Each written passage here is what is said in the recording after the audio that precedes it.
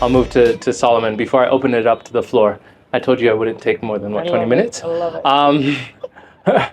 I'm in my 40s now, so I find myself every other weekend going to look for plots, buying plots, and they tell me prices, and I curse them out.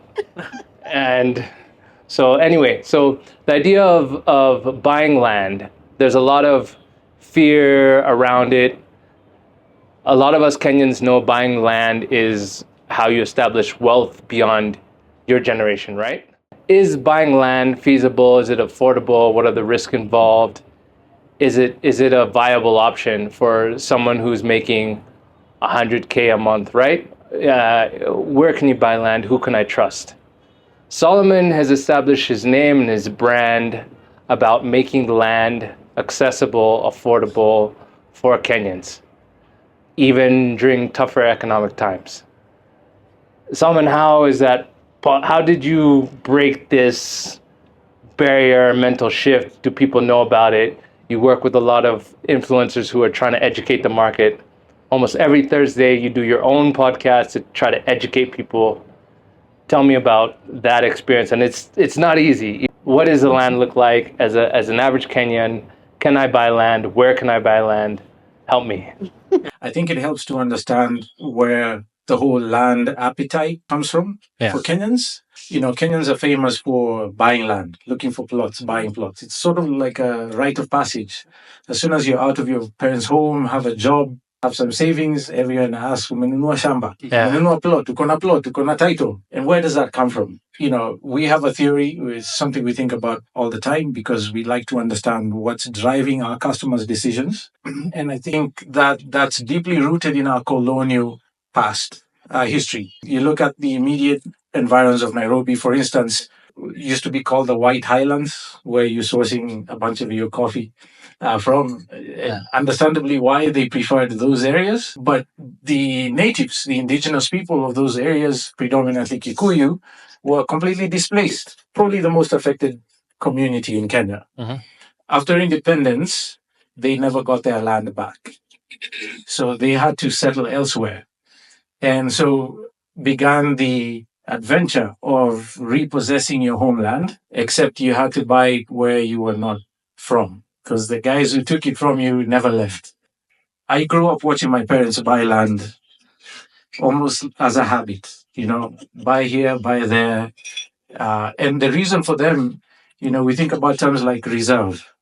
I'm going to the reserve. I'm going to reserve. You guys know where that term came from? Reserve, man, the reserve. Who knows where? These are Gen Z folks. Reserve. Anyone familiar with that term? Anyone? Yeah. I got one. Someone knows? Reserve. Mudoni, I see you. Yeah. You may, now that I know you well. I thought it was short. Yeah. Ushako? Yes, Ushako. Thank you. So reserve, that term, our family, friends, older generation, parents used to use that term. Why? Because they grew up watching their parents get displaced from their traditional native lands and sort of ring fence in a particular area that the colonialists called reserves. And so their children, when they were going to see their parents, that's where they were going to, reserve, and then the reserve. Our lack of understanding about that journey has, in a weird way, informed our investing habits around land. So fast forward to my generation, mom, dad, they're buying land here, there, everywhere. So I grew up thinking that it's what you do when you're an adult. There's no real rhyme and reason why I have 10 title deeds to a 15 by 100 in every corner of this country. Amen. That I might see once every 10 years. That I'm not adding any value to. It's like a thing we do. And that has created this very active market of land buying and selling. And so, I came back home, all this activity was happening, and a lot of people would complain about fraudulent transactions. I want to buy, but I'm scared to get conned. And this friend I met in church basically forced me to spend my 150K in savings to buy land, and that kicked off my journey. When I started to sell, I didn't know who I was going to sell to. I ended up selling most of the land to her friends.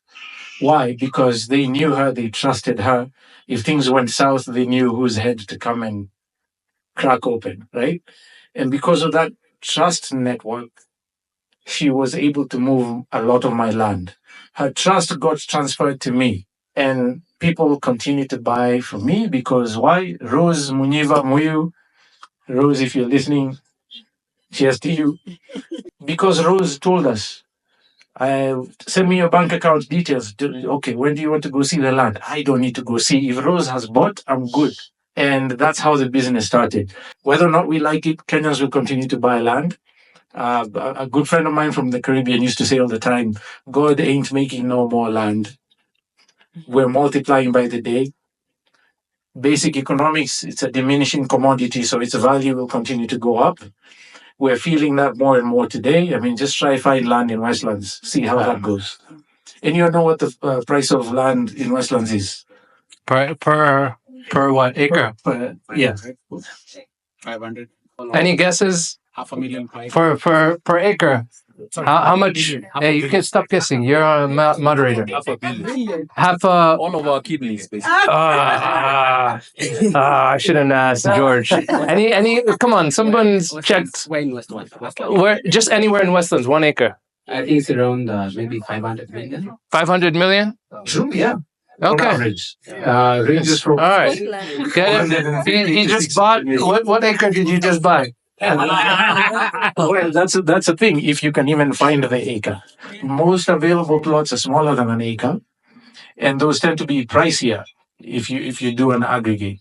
So, what that has done is it's forced people to feed their appetite by investing elsewhere, a bit more affordable, which informs our business model, and that's how we found ourselves serving the investor market in Kenya to provide safe and affordable land investment opportunities.